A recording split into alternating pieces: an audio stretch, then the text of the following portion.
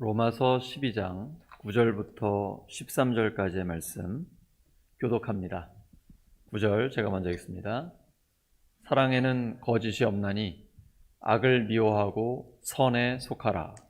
형제를 사랑하여 서로 우애하고 존경하기를 서로 먼저 하며 부지런하여 게으르지 말고 열심을 품고 주를 섬기라. 소망 중에 즐거워하며 환난 중에 참으며 기도에 항상 힘쓰며 함께 읽습니다. 성도들의 쓸 것을 공급하며 손 대접하기를 힘쓰라. 아멘. 로마서 23번째 시간, 열심을 품고 주를 섬기라. 열심을 품고 주를 섬기라는 제목으로 하나님의 말씀 전하겠습니다. 교회는 다양한 사역을 하는 성도들이 복음으로 하나가 됩니다. 각 사람은 믿음의 분량대로 지혜롭게 생각해야 합니다. 자기에게 주어진 은사에 국한해서 거기에 집중해야 합니다. 로마서 12장 3절에서 지혜롭게는 헬라어로 소프로네오입니다. 소피아 하면 지혜라는 뜻이잖아요. 소프로네오는 감정을 억제하고 건전하게, 냉철하게 생각하라는 뜻입니다. 하나님의 말씀입니다. 냉철하게 생각하라는 것입니다. 냉철한 판단의 근거에서 생각하라는 의미이죠. 신앙생활은 분명히 감정적인 요소가 있습니다. 우리가 찬양할 때 그 감정적인 요소가 드러납니다. 하나님 앞에 찬송을 올려주면서 기쁨이 넘치고 감격이 있고 또 그 찬양의 가사와 멜로디 속에서 우리가 감동을 얻게 됩니다. 분명히 평강과 기쁨과 감격이라는 그런 감정적인 요소가 우리에게 있습니다. 7개월 전 울산에 처음 왔을 때 그때가 지금도 생생합니다. 정말 기쁨이 넘쳤습니다. 지금도 물론 감사합니다.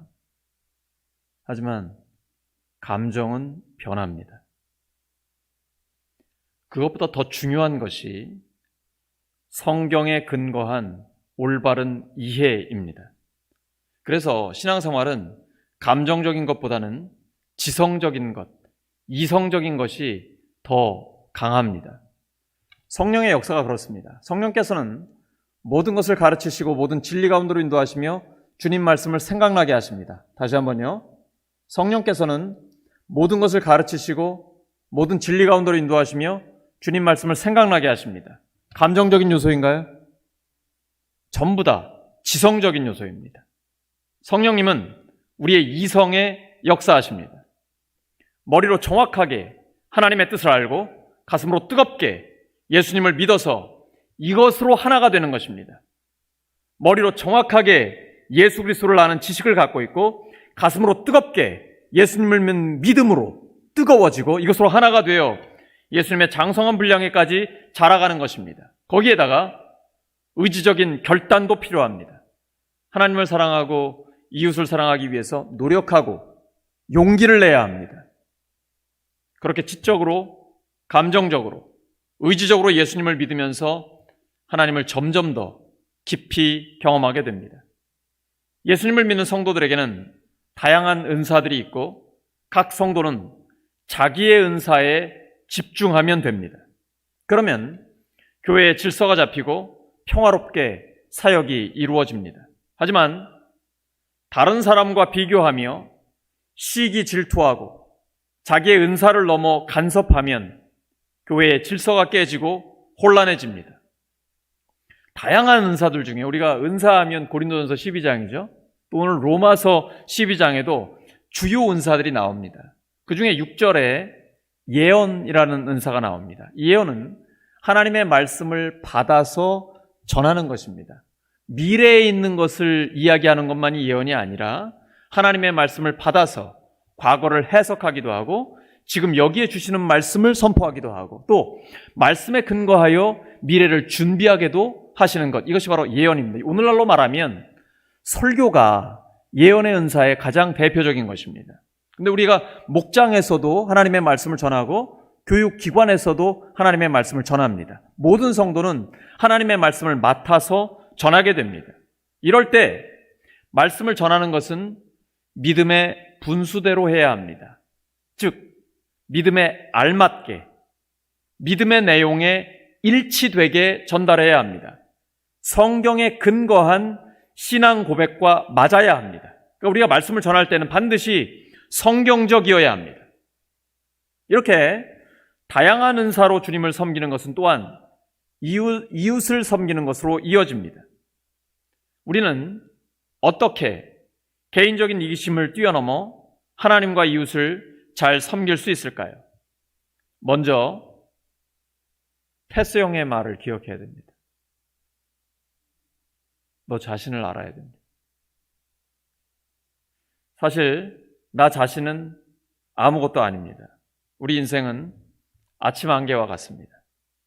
잠시 있다 사라질 뿐입니다. 그런 우리를 예수님의 십자가와 부활로 구원해 주셨습니다. 우리는 하나님의 은혜로 구원받은 것이지 우리가 잘나서 구원받은 것 아닙니다. 우리는 우리 자신을 과소평가하지도 말고 과대평가하지도 말아야 합니다. 과소평가해서 열등감 때문에 위축될 필요 없습니다. 우리는 예수님이 우리를 위해 생명을 내어주실 정도로 소중한 존재입니다. 신약 성서의 가장 대표적인 신앙 고백이죠. 갈라디아서 2장 20절입니다. 내가 그리스도와 함께 십자가에 못 박혔나니 그런즉 이제는 내가 사는 것이 아니요 오직 내 안에 그리스도께서 사시는 것이라. 이제 내가 육체 가운데 사는 것은 나를 사랑하사 나를 위하여 자기 자신을 버리신 하나님의 아들을 믿는 믿음 안에서 사는 것이라. 남편을 위해 죽어주실 수 있습니까? 아내를 위해 죽어주실 수 있나요? 제가 지금까지 딱 한 명 봤습니다. 거의 없더라고요. 근데 자식을 위해 죽어주실 수는 있죠. 그런 분들은 많아요. 나를 위해 죽어줄 수 있는 사람이 있을까요? 예수님이 나를 위해 죽어주셨습니다. 나는 그 정도로 소중한 사람입니다. 요즘 어떤 운동선수가 연봉이 얼마야? 그러면 뭐 10억, 100억 뭐 이렇게 되는 사람들 있잖아요. 와, 그러면 100억짜리네, 10억짜리네 이렇잖아요. 나는 얼마짜리예요? 여러분 연봉 얼마예요? 난 얼마짜리예요? 예수님짜리입니다. 예수님이 나를 사랑하셔서 예수님의 생명을 내어주셨습니다. 믿어지십니까? 여러분 믿어지세요? 신앙은 이것을 믿는 것입니다. 성경의 핵심은 예수님의 십자가와 부활입니다. 그게 무엇입니까? 나를 사랑해서 나를 위해 예수님의 생명을 내어주신 것입니다. 이게 얼마나 믿어지느냐가 영적인 수준인 것입니다. 나는 얼마짜리예요? 예수님짜리입니다. 옆 사람 축복해 주시기 바랍니다. 당신은 예수님짜리입니다. 당신은 예수님짜리입니다.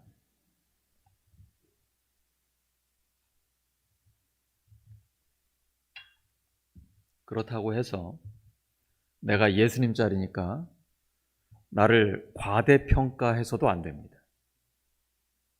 우리가 예수님을 믿고 하나님의 자녀가 되었다고 하나님이 된 것은 아니잖아요. 마치 능력이 나에게 있는 것처럼 교만해지면 하나님의 은혜는 떠납니다. 하나님 앞에서 정직하고 겸손하게 나의 부족함을 인정해야 합니다. 하나님의 능력은 약한 데서 완전해집니다. 능력은 나에게 있지 않고 하나님께 있습니다. 하나님은 교만한 자를 물리치시고 겸손한 자에게 은혜를 주십니다. 제가 군대에 있을 때 172명 중에 2등 했습니다. 별로 안 놀라시는군요. 그래서 열흘짜리 휴가를 받았습니다. 신병교육대에서. 그 신병교육 6주 기간 동안에 목이 완전히 갔는데 4번이나 완전히 갔습니다. 그런데도 목소리가 얼마나 큰지 쩌렁쩌렁했어요. 설교할 때도 늘 너무 편안했고 마이크도 별로 필요 없었죠. 그런데 제가 40대 중반이 되니까 자꾸 목이 잠기기 시작하는 거예요.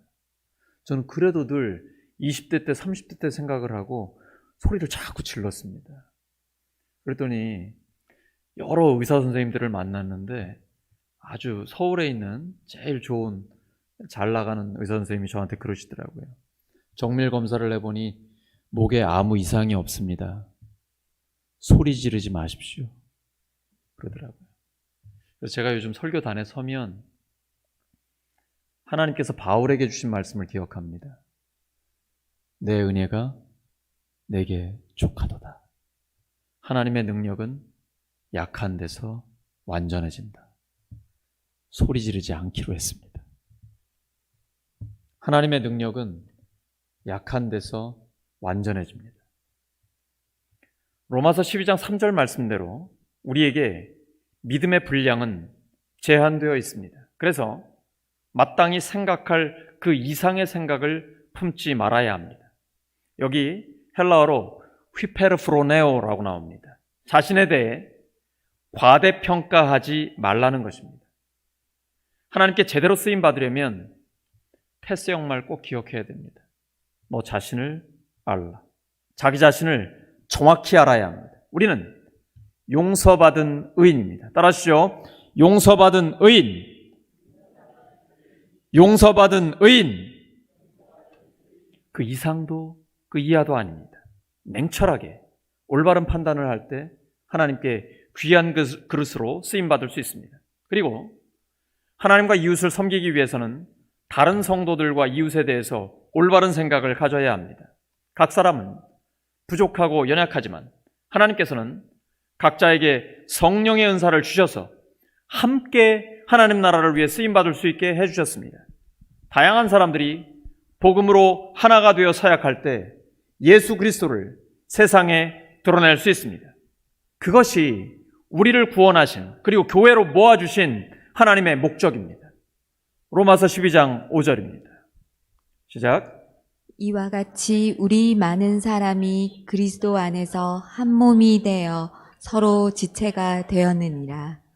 우리 많은 사람이 그리스도 안에서 한 몸이 되어 서로 지체가 되었느니라. 어떤 사람은 눈의 역할, 손, 발의 역할, 다양한 역할들을 하고 있는 것입니다. 서로 지체가 됐다라는 것은 서로가 서로를 필요로 한다는 것입니다. 몸에서 가장 중요한 부위 하면 머리겠죠. 그런가 하면 발은 좀 냄새가 납니다. 그런다고 해서 머리가 발이 필요 없다고 할 수는 없잖아요. 서로가 서로를 필요로 하는 것이죠. 이게 바로 지체의식입니다. 그런데 교만한 사람은 하나님도 필요 없고 이웃도 필요 없다고 생각합니다. 지체의식이 부족합니다. 나 혼자 살아갈 수 있다고 착각하고 이웃을 소중하게 여기지 않습니다. 반면에 겸손한 사람은 하나님께 모든 것을 맡기고 이웃을 필요로 합니다. 그래서 이웃을 소중하게 여깁니다. 이웃이 나와 다르다고 해서 틀렸다고 생각하지 않습니다. 로마서 12장 4절과 6절입니다. 시작.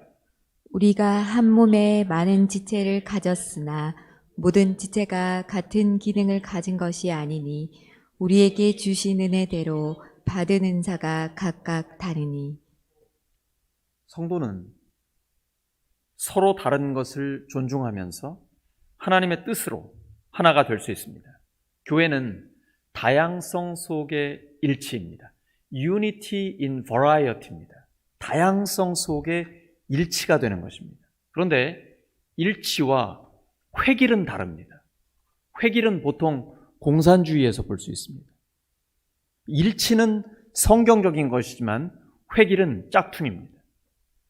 공산주의를 처음 만든 마르크스는 성경을 잘 아는 사람이었습니다. 왜냐하면 기독교 집안이었기 때문이죠. 그런데 사도행전 4장에 나와 있는 그리고 2장에 나와 있는 그 성령의 역사를 사람들에게 적용을 하려고 했는데 가장 중요한 걸 뺐습니다.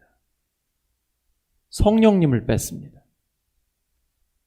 모두 다 잘 살고 싶었는데 모두 다 못 살게 됐습니다. 그 중에 아주 극히 일부분만 잘 살 수 있는 획일화된 사회를 만들게 된 것이죠. 교만한 사람은 모든 사람이 자기처럼 생각해야 한다고 주장하면서 계속해서 다른 사람을 비난합니다. 획일성을 추구합니다. 그것은 성경적이지 않습니다. 교회는 다양한 은사를 가진 성도들이 하나님의 말씀으로 하나가 되는 것입니다. 그렇게 은사는 다양하지만 주님을 섬기는 태도는 같아야 합니다. 본문 11절에 열심을 품고 라고 되어 있습니다.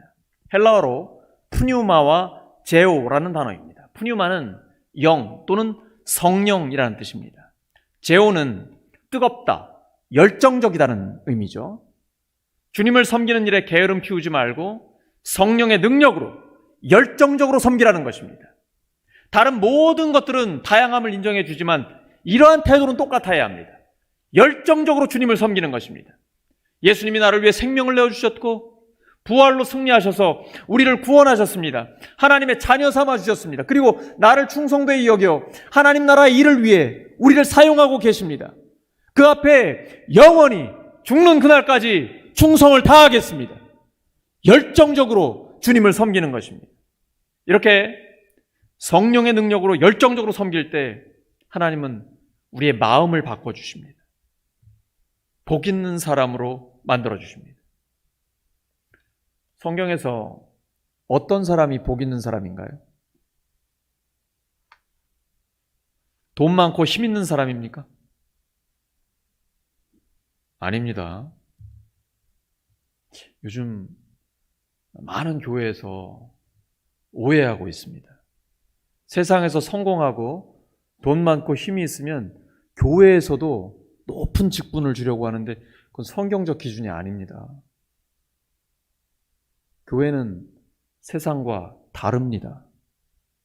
기준 자체가 달라요. 가난하고 약한 사람들을 돕는 사람이 복 있는 사람입니다. 불쌍히 여기는 사람입니다. 긍휼히 여기는 사람은 복이 있나니 긍휼히 여김을 받을 것이며 복 있는 사람은 악인들의 꾀를 따르지 않고 죄인들의 길에 서지 않고 오만한 자들의 자리에 앉지 않습니다. 오직 여호와의 율법을 즐거워하여 그 율법을 주야로 묵상합니다. 그리고 율법대로 성경대로 살아갑니다. 이 사람이 가장 복 있는 사람입니다. 하나님 사랑하고 이웃을 사랑하는 사람이죠. 교회는 이러한 하나님의 뜻으로 하나가 됩니다. 다양한 사람들이 모여 말씀으로 하나가 되는 것입니다. 하지만 마귀는 교회가 말씀으로 하나가 되는 것을 방해합니다. 예수님은 마태복음 12장 39절에서 이 시대가 악하고 음란하다고 말씀하셨습니다.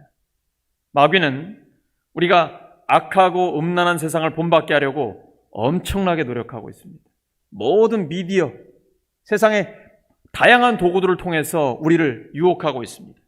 우리가 악하고 음란한 세상을 본받게 하려고 그들은 교묘한 방법으로 우리의 마음을 사로잡으려고 합니다. 우리가 보고 듣는 것을 이용합니다. 그렇게 해서 자기가 원하는 길로 우리를 끌고 가려는 것입니다. 하나님의 말씀입니다. 속히 하나님의 길로 돌아서라. 진짜 하나님이 주시는 행복한 삶으로 들어서라. 하나님의 말씀이에요. 하나님이 주시는 행복한 삶을 산 사람들 중에 다윗이 있습니다. 다윗은 하나님의 마음에 맞는 사람이었습니다. 그는 악기를 연주하며 하나님 찬양했고 옷이 벗겨질 정도로 춤을 추며 열정적으로 하나님을 찬양했습니다. 하나님께 자신을 드린 사람에게는 이러한 기쁨과 감사가 넘칩니다.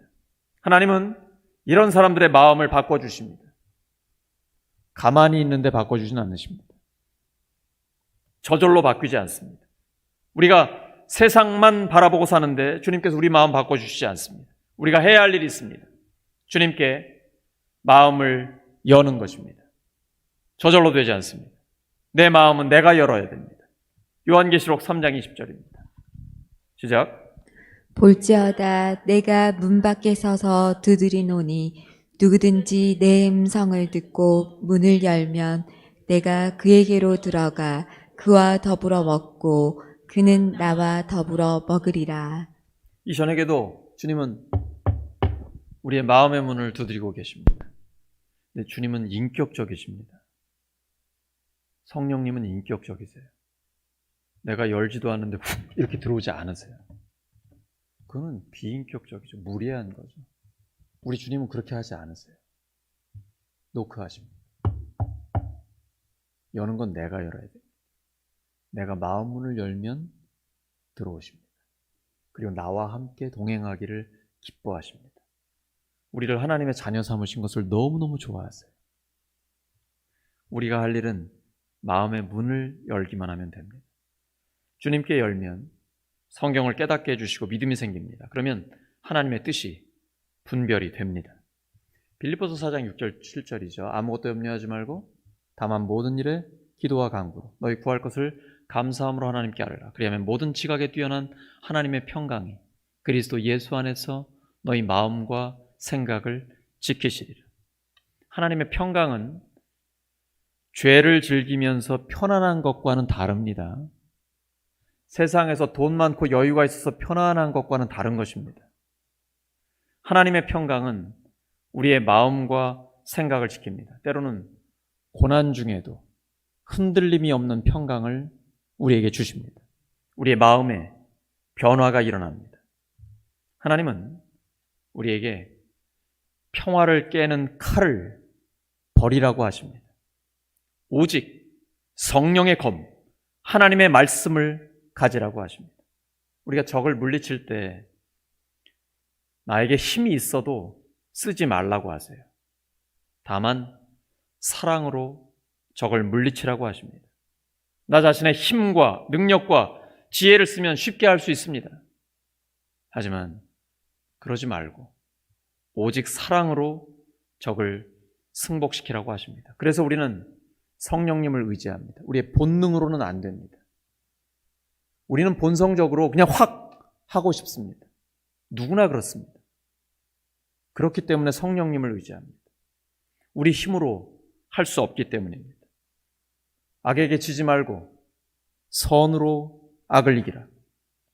너를 박해하는 자를 위해 기도하라. 원수를 사랑하라. 이거 우리가 할 수 있나요? 못하기 때문에 성령님을 의지하는 것입니다.